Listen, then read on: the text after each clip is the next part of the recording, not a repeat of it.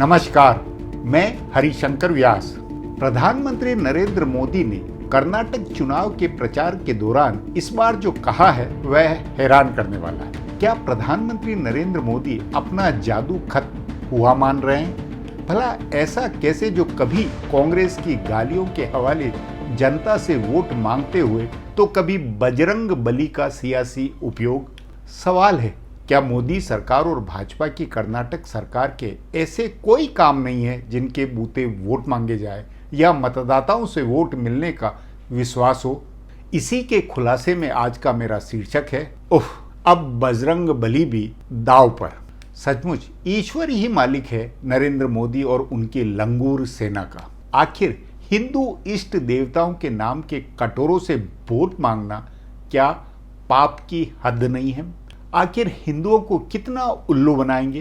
राम जी, शिव जी, बजरंग बली, माँ गंगा आदि के नाम ले लेकर 9 सालों में प्रधानमंत्री नरेंद्र मोदी ने भगवान जी को जितना बेचा है, क्या कोई उसका हिसाब है?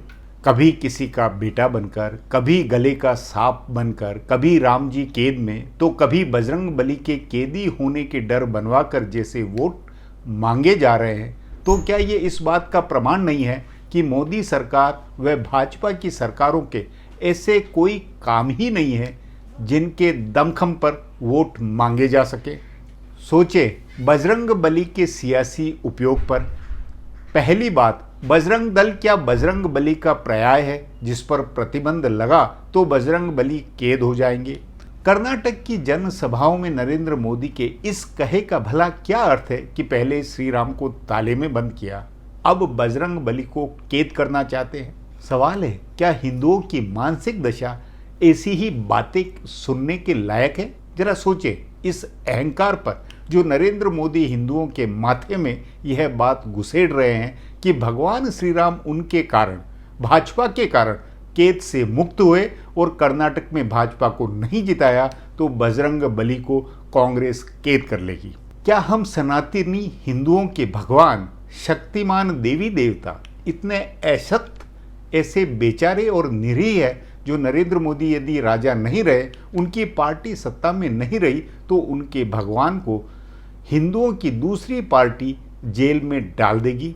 पता नहीं संघ परिवार हम हिंदुओं को क्या बना देना चाहता है। ध्यान रहे, पृथ्वी का हर मनुष्य अपनी आस्था में ईश्वर को सर्वशक्तिमान, मुक्तिदाता, उद्धारक मानता है। हिंदुओं ने कितनी ही गुलामी झेली हो, उनके मंदिरों को विधर्मियों ने तोड़ा, आस्था को हर तरह से रौंदा गया, बावजूद इसके सनातनी हिंदुओं के दिल दिमाग में राम या कृष्ण या बाबा विश्वनाथ आदि देवी देवताओं को लेकर यह चिंता कभी नहीं हुई कि वे किसी के कैदी है, असक्त है और कोई अवतार पैदा होगा तब उनकी जेल के ताले टूटेंगे, वे आज़ाद होंगे। उल्टे सगुण निर्गुण की हर धारा में घर घर लगातार ये माना गया कि कण कण में भगवान। हाँ, सनातनी धर्म का सत्य है कि तमाम आक्रांताओं, धर्म विरोधी झंझावातों, तूफानों के बावजूद हिंदू धर्म 21वीं सदी में अभी भी जीवित है और फलता फूलता है। और ऐसा होना किसी संघ परिवार, भाजपा या बजरंग दल या राम सेना या नरेंद्र मोदी की मेहरबानी के कारण नहीं है, बल्कि हिंदू की उस सनातन जीवन पद्धति से है जिसके सफर में हजारों लाखों राजा, महाराजा, बादशाह और प्रधानमंत्री आए और गए। सनातन धर्म को न पीएफआई जैसी कोई जमात खत्म करने की ताकत रखती है और न वह बजरंग दलियों जैसी जमात से बचा है।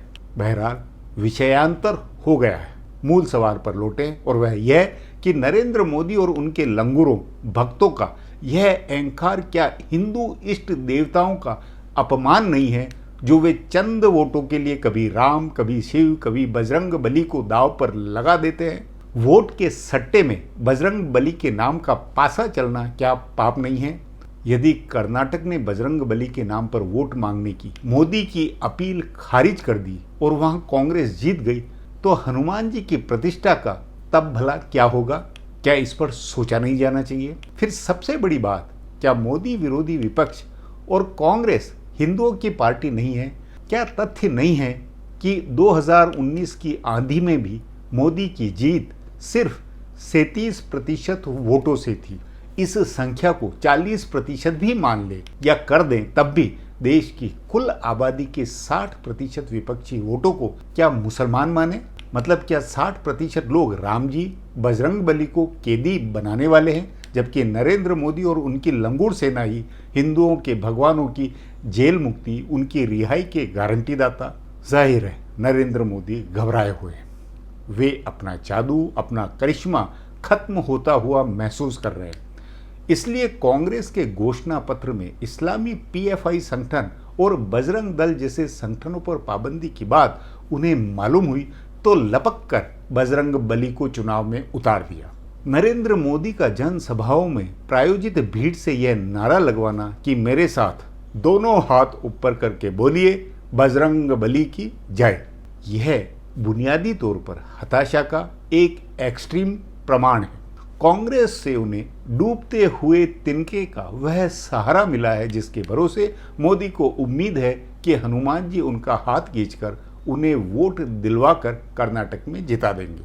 सोचे, एक कर्नाटक में जीत के लिए भगवान जी को ऐसे दांव पर लगाना। वैसे मुझे कुछ खटका भी है। आज ही सर्वे देखने को मिला है कि कर्नाटक चुनाव में बजरंग बली के उतरने के बाद नरेंद्र मोदी और भाजपा का ग्राफ अप है। जरा घटनाक्रम देखिए। पहले मोदी मीडिया ने ही यह हल्ला बनाया था कि कर्नाटक में भाजपा की हालत पतली है। जेपी नड्डा, अमित शाह, योगी आदि की सभाएं करा लेने के बाद भी हवा में सुधार की खबरें नहीं आई। तब नरेंद्र मोदी प्रचार में उतरे। वे अकेले मीडिया में छा गए। मोदी ने कांग्रेस द्वारा दी गई गालियों, शिव के गले में सांप बनने जैसी बातों से सहानुभूति तथा आस्था उभारी। जो ही उन्हें कांग्रेस घोषणा पत्र में बजरंग दल का जुमला मिला तो उससे लपका और ऐसा हल्ला बनाया कि अब सर्वे बता रहे हैं कि भाजपा टक्कर में आ गई है। कल्पना करें कि यदि नतीजों में कांग्रेस कुछ आगे रहकर भी सरकार नहीं बना पाए, वह जोड़ तोड़ में फेल हो जाए, भाजपा की सरकार बन जाए, तो भक्तों में बजरंग बली को भले श्रेय मिले या नहीं मिले, लेकिन नरेंद्र मोदी तो 2024 के चुनाव के बतौर शक्तिमान स्थापित। अब ये बात एक सिर्फ खटका है।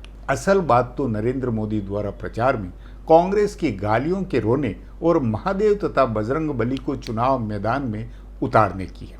सो जहां उनकी घबराहट, हताशा झलक रही है, वहीं येन केन प्रकारेण चुनाव जीतने के लिए सब कुछ दांव पर लगाने का सत्य भी है। निश्चित ही प्रधानमंत्री नरेंद्र मोदी ने कर्नाटक के चुनाव को बहुत निर्णायक बना डाला है। बहरहाल यह एपिसोड अब यही समाप्त करता हूं। बहुत बहुत धन्यवाद।